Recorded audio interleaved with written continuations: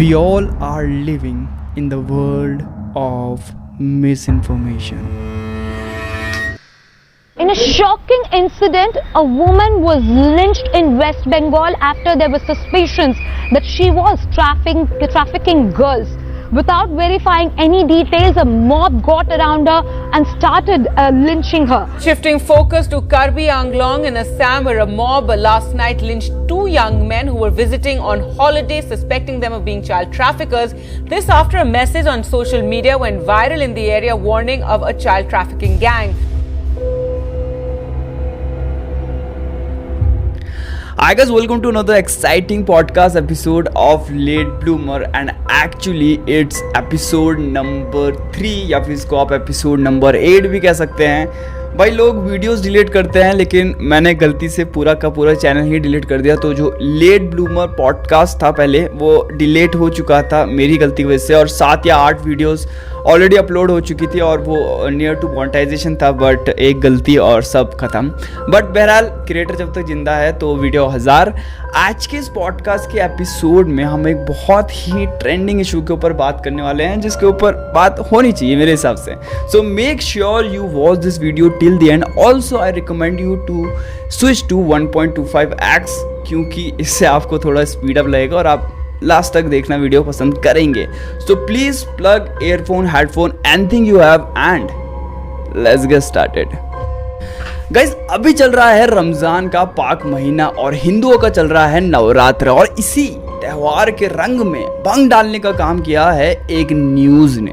जी हाँ, कल यानी आज मैं वीडियो बना रहा हूँ उससे एक दिन पहले ट्विटर के ऊपर छाई थी एक वीडियो क्लिप जो कि एक न्यूज़ चैनल की थी, जहाँ पे एक जर्नलिस्ट एक शॉप के अंदर जाती है और उसके हाथ में होता है एक पैकेट।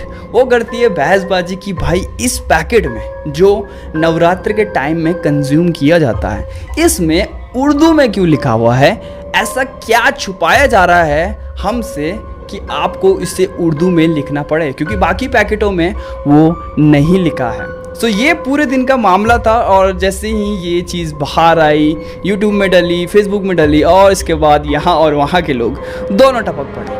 अब ये जो कंपनी थी जिसका पैकेट उठा के क्लेम किया गया कि इसमें कुछ सस्पिशियस चीज़ मिलाई गई है, वो थी हल्दीराम की। अब हल्दीराम आप सभी ने कुछ ना कुछ उनके जो भी प्रोडक्ट है वो कंज्यूम किए ही होंगे, चाहे वो आपकी नमकीन हो या और भी जो चीज़ें वो लोग बनाते हैं वो आपने कंज्यूम कभी ना कभी किया होगा।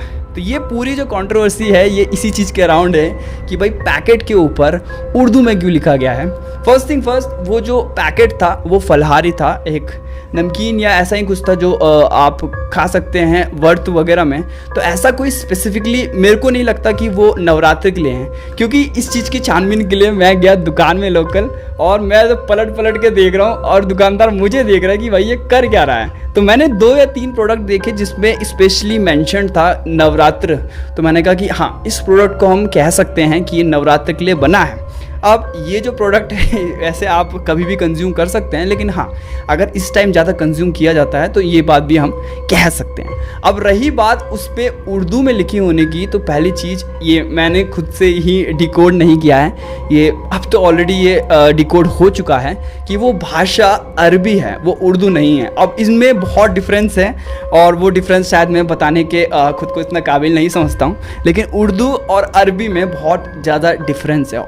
जो अरबी है वो थोड़ा बाहर के साइड की कंट्री में बोली जाती है और उर्दू मेनली इंडिया और पाकिस्तान जैसी जो अड़ोस पड़ोस की कंट्री हैं वहाँ बोली जाती है। अगर वो उर्दू में भी लिखा है तो क्या, इंडिया में उर्दू बोलने वाले बहुत लोग हैं और ऐसा जैसे मैंने आपको स्टार्टिंग में कहा ऐसा कहीं वहाँ स्पेशली मेंशन नहीं है कि ये नवरात्रों के लिए बना है, और जबकि जो मैंने प्रोडक्ट देखे हैं जो स्पेशली हल्दीराम के ही हैं उसमें मेंशन था नवरात्र, तो अब वो कह सकते हैं।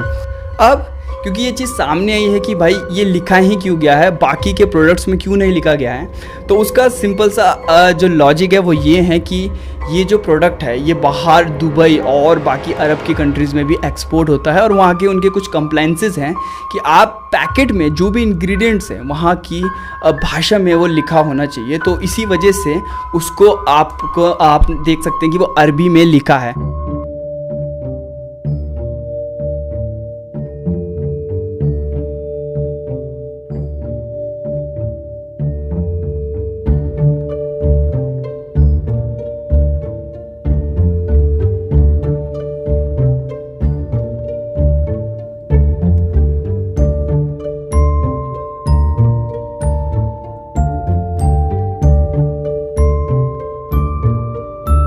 और अगर थोड़ी सी भी समझ लगा के उस चीज़ को डिकोड किया जाए तो आप उस चीज़ को पढ़ सकते हैं कि जो ऊपर इंग्लिश में लिखा है वही नीचे आपका अरबी में लिखा है। तो ऐसा कोई डिफरेंस नहीं है, बस ये भाषा का अंतर है। और अगर हिंदी में लिखा होता तो वही जो इंग्लिश में लिखा है उसी चीज़ को हम हिंदी में लिखते हैं। तो मेरे हिसाब से तो ये कंट्रोवर्सी नहीं होनी चाहिए थी। अब यहाँ कुछ लोग का मानना है कि लिखा ही क्यों गया है। अब वो लिखा तो ऑलरेडी उन्होंने क्लियर कर दिया है कि ये आपके अरबिक कंट्रीज़ में भी बहुत ज़्यादा खाया जाता है, तो उनको भी व्यापार करना है। तो जो डिफरेंट कंट्रीज़ की कॉम्प्लाइंसेस हैं उनको मीट करना तो बहुत इंपॉर्टेंट है, तभी आप वहाँ से उनके साथ ट्रेड कर सकते हैं। सो मेरे हिसाब से पत्रकार का नाम था शिवानी, और मैं शिवानी की जो कॉन्फिडेंस है, पहले तो मुझे नहीं पता कि इतना कॉन्फिडेंस आता कैसे है, क्योंकि ये बड़ा ही सेंसलेस क्वेश्चन था। और अगर मैं होता, अगर मान लो मैं कुछ देख रहा हूँ भाई कि मैं कुछ अलग लिखा है, तो यार मैं फॉल्स क्लेम करने के लिए और ये कहना कि भाई आपने इसमें किसी एनिमल का वो तेल मिलाया है या कुछ और मिलाया है, तो ये तो फिर आपके खुद जानते हो कि ये एक रिलीजियस रिमार्क आप पास करने की कोशिश कर रहे हो because of the language. But अगर मैं होता उन जगह पे, if I was a reporter of that XYZ channel, मैं फर्स्ट थिंग फर्स्ट कोशिश करता कि मैं वो चीज़ को फिगर आउट करूँ कि भाई उसमें लिखा क्या है। अगर वाकई में वो कुछ अलग है जो ऊपर लिखा है तब मैं बोल सकता था, लेकिन आप ऑन लाइव स्क्रीन में ही, मतलब लाइव ही अगर आप ये बात कह रहे हो कि इसमें XYZ चीज़ मिली हो सकती है, ये आप लोगों के दिमाग में डाल रहे हो। इसके बाद मैंने उस प्रोडक्ट को अमेज़ॉन में भी देखा, और आप चाहे तो खुद जाके फलहारी जो है सर्च कर सकते हैं अमेज़ॉन पे। भाई उसके ऊपर 2 ही रिव्यू है, एक तो है कि इसका टेस्ट बकवास है और दूसरे ने वही सेम बात लिखी है, और मेरे ख्याल से वो आज या कल में ही डला होगा कि भाई इसमें उर्दू में क्यों लिखा है। और वो चीज़ जब उसी को नहीं पता तो मैं समझता हूँ कि उसने कल ही डाला है रिव्यू, जानबूझ कर दिया गया रिव्यू है। तो ये चीज़ बड़ी क्लियर है कि उर्दू में वो क्यों लिखा है, और ये चीज़ जो है वो जो इसके मालिक है, जो भी वो है, उनका स्टेटस है, उन्होंने भी एक क्लियर किया कि पहले वो उर्दू नहीं है, वो अरबी है। और ये इसलिए किया है क्योंकि उन्हें डिफरेंट कंट्रीज़ के जो है स्पेशली फूड तो एक ऐसी चीज़ है यार जहाँ पे सभी कंट्री बड़े स्ट्रिक्ट होते हैं, क्योंकि कोई भी ऐसी ही चीज़ को अपने देश में नहीं एक्सपोर्ट कर लेता, मतलब इंपोर्ट कर लेता है जहाँ पे उनको पता ही नहीं है कि इसमें मिला क्या है। तो फूड मेरे ख्याल से तो एक बहुत स्ट्रिक्ट चीज़ है जो कि सही है। अगर हम भी कुछ दूसरे कंट्री से मंगा रहे हैं तो ऑब्वियसली हम भी चाहेंगे कि वो हमारे ऐसी लैंग्वेज में लिखा हो जो हम अंडरस्टैंड कर सकते हैं। तो इसी वजह से शायद ये चीज़ हो रही है। अब रही बात कि वो बिक ही क्यों रहा है अगर वो दूसरे देश के लिए, तो ये तो अपने कंपनी का इंटरनल मैटर है। साफ सीधी बात है, अगर आपको पसंद है आप लो, खाओ। अगर आपको श्योर है, अगर आपको लगता है कि भाई इसमें वाकई में कुछ मिला है, ऐसा मिला है जो नहीं मिला होना चाहिए, देन ओनली आप क्लेम करो। और वहाँ पे फिर आपको भी पता है कि इस तरह की चीज़ें बिल्कुल ही सेंसलेस जो है वो डिबेट चलाती हैं। तो ये जो XYZ जो चैनल है, इसके ऊपर पहले भी ये एलिगेशन लग चुके हैं कि ये बिल्कुल बेसलेस जो है वो न्यूज़ रिपोर्टिंग करती है। इससे पहले इनका एक UPSC जिहाद वाला सेगमेंट चला था, जहाँ पे भाई जो आपके IAS ऑफिसर्स हैं उन्होंने ही कहा कि भाई इस चीज़ के ऊपर क्यों नहीं बात हो रही है कि ये सब क्या बकवास परोसा जा रहा है। तो उनका एक क्लेम था कि जो मुस्लिम्स है वो UPSC में ज़्यादा जा रहे हैं, जबकि एज़ पर द डाटा ऐसा कुछ भी नहीं था। और पता नहीं, मुझे पता नहीं है कि ये कहाँ है। अच्छा, मैं आपको एक और बात बता दूं कि अभी रिसेंटली ही मैंने खबर पढ़ी है, शायद यही क्या 2 दिन पहले की ही न्यूज़ थी कि गवर्नमेंट ऑफ इंडिया ने करीब 20 यूट्यूब चैनल के ऊपर बैन लगाया है, जिसमें से शायद 18 इंडिया के थे और 2 किसी दूसरी कंट्रीज़ के थे, जो इंडिया के खिलाफ कुछ ऐसा ही कुछ उनका वो था एक्सक्यूज़। और ये चीज़ है क्योंकि अब वो सब चीज़ों को मॉनिटर कर रहे हैं। तो मेरे हिसाब से ये सब चीज़ें क्यों नहीं मॉनिटर हो रही है, और न्यूज़ को क्यों नहीं मॉनिटर किया जा रहा है कि क्या चीज़ सही है और क्या नहीं है। तो मेरे हिसाब से जब आप फ़िल्टर लगा ही रहे हो, अगर आप मूवी के ऊपर फ़िल्टर लगा रहे हो, अगर आप किसी वेब शो के ऊपर फ़िल्टर लगा रहे हो, तो आपको न्यूज़ के ऊपर भी फ़िल्टर लगाने चाहिए। और ये मैं जैसे स्टार्टिंग में कहा कि we are living in the world of misinformation. So हमें सिर्फ कुछ ऐसा दिखना चाहिए जो हम बड़े ही गर्व के साथ शेयर कर सकें, जिससे हमें लगे कि कुछ चीज़ पंप अप हो सकती है, कहीं पे किसी फायर में फ्यूल डल सकता है, तो हम कड़ाक से उसको शेयर कर देते हैं। लेकिन हम उसके आफ्टर कॉन्सिक्वेंसेस को ध्यान में नहीं देखते कि वो कितने बड़ी चीज़ों का कारण बन सकती हैं। और यही सब कारण है कि जिस वजह से आपकी मॉब लिंचिंग के केस साल दर साल बढ़ते गए हैं। और अब तो ये हमारे ये कह सकते हैं हमारे लिए बहुत आम बात हो चुकी है। मुझे याद है कि बहुत टाइम पहले मुझे, मतलब आप यकीन मानिएगा कि ये सेम मैसेज मैंने 16 में पढ़ा था और यही सेम मैसेज मुझे 20 में दोबारा मिला कि भाई हमारे फलां जगह पे हमारे ही स्टेट का नाम और एक पुरानी सी फ़ोटो में आतंकवादी घुसाए हैं। और ये या फिर एक और मैसेज था जहाँ पे बात हो रही थी कि भाई बच्चे चोर उठाने वाले आ गए हैं। ये मैसेज में 2 या 3 साल पहले भी है, तो सोचिए कि वो सर्कल कितना बड़ा है। मतलब वो 2 साल पहले का मैसेज आपको घूम के 4 साल बाद भी मिल रहा है। तो आप सोच के देखिएगा कि हम जब इस इन्फॉर्मेशन, एक पीस ऑफ इन्फॉर्मेशन को शेयर करते हैं, हमारी इंटेंशन प्योर होती है, बट हम बिल्कुल भी एफर्ट नहीं डालना चाहते हैं किसी भी चीज़ के बारे में सर्च करने में। और वो तो जर्नलिस्ट थी, तो मैं तो बड़ा ही डिसअपॉइंट हुआ हूँ। मेरे को लगता है कि BBA के बाद, सॉरी मास कॉम के बाद उनका सीधा वहीं प्लेसमेंट हुआ होगा। सो यार ऐसा बिल्कुल भी नहीं करना चाहिए, एटलीस्ट एक रिस्पॉन्सिबल जर्नलिज्म के नाम पे। और ये चीज़ मेरे को समझ नहीं है कि आप स्टाफ को क्यों तंग कर रहे हो। मेरे को नहीं लगता कि ये स्टाफ का इसमें कोई दिक्कत है। आपको मान लो कि मैंने जूस लेके गया और जूस का मुझे टेस्ट पसंद नहीं आया, तो मैं भाई वहाँ के कैश काउंटर वाले का गला तो नहीं पकड़ूंगा ना भाई। मैं कस्टमर केयर में कंप्लेंट करूँगा जो रिस्पेक्टिव कंपनी का है। अब ये चीज़ शायद उनको समझ नहीं आती है। और दिक्कत यहाँ पे ये होती है कि जब तक चीज़ें ब्रस्ट होती हैं कि भाई ये गलत था और ये फैक्ट सही नहीं है, तब तक लोगों के दिमाग में वो चीज़ इम्प्लांट हो जाती है कि कहीं ना कहीं कुछ इसमें गलत है। और सेकंड लगते हैं यार मुहिम छेड़ने में कि भाई हल्दीराम जवाब दो। अरे हल्दीराम तो अरे फूफा है क्या वो क्यों जवाब देंगे। और ये कंट्रोवर्सी बहुत सही नहीं है, और खासकर त्योहारी सीज़न में बहुत ज़्यादा सही नहीं है, और थोड़ा सेंसिबली काम लेना चाहिए। तो इस तरह के जो भी चैनल्स हैं, न्यूज़ चैनल्स है, पहले तो इनका लाइसेंस रद्द करो। और मेरे को नहीं लगता कि इन लोग को लाइसेंस और फंड कौन दे रहा है ऐसी चीज़ें दिखाने के लिए, और कितने कॉन्फिडेंटली ये बोल पाते हैं। शायद ये कुछ लोगों को ही फीड करना चाहते हैं जो चाहते हैं कि इस तरह की खबरें आएँ। तो मेरे हिसाब से अगर आप पे कुछ बेस है, अगर ये चीज़ वाकई में प्रूफ हो जाती है कि भाई इसमें कुछ सस्पिशियस मिला है, तो कुछ बात भी थी। अगर आपने अपने ही तरफ से होमवर्क गलत किया है। और यहाँ से एक और बात छिड़ गई थी कि अगर उर्दू में भी लिखा है, तो भाई उर्दू तो भारत में ही बोली जाती हैं, उर्दू भारत में ही बोली जाती है। और अगर मैं नॉर्थ में रहता हूँ और मैं साउथ में जा रहा हूँ, तो मुझे बहुत दिक्कतें आएंगी, जबकि वहाँ रेस्टोरेंट में भी लिखा रहता है, कई बार हो जाता है दिक्कतें। तो हमें कोप अप और थोड़ा सा मैनेज करना आना चाहिए चीज़ों को, बजाय इसके कि उसको बहुत ही बड़ा दिखाने के। तो ये चीज़ सीखने के लिए कि ये जर्नलिज्म का बहुत लो लेवल है, और मैं तो इस तरह के न्यूज़ चैनल को सपोर्ट नहीं करता हूँ। और हाँ, अगर आप लोग भी इस तरह की चीज़ों को ढाड़ पैड़ शेयर करना पसंद करते हैं, तो थोड़े अपने हाथों को थामें, थोड़ा सा सोच के देखें कि आपका एक शेयर इस चेन को ना और ज़्यादा जो है वो वायलेंट कर सकता है। और इनफैक्ट मैं मानता हूँ कि क्या बताऊँ मैं, मॉब लिंचिंग के इतने केस हैं। अगर आप कभी भी आपको टाइम मिले तो आप कभी मॉब लिंचिंग के केसेस के बारे में पढ़िएगा कि उसके वजह से कितने लोगों को मरना पड़ा है।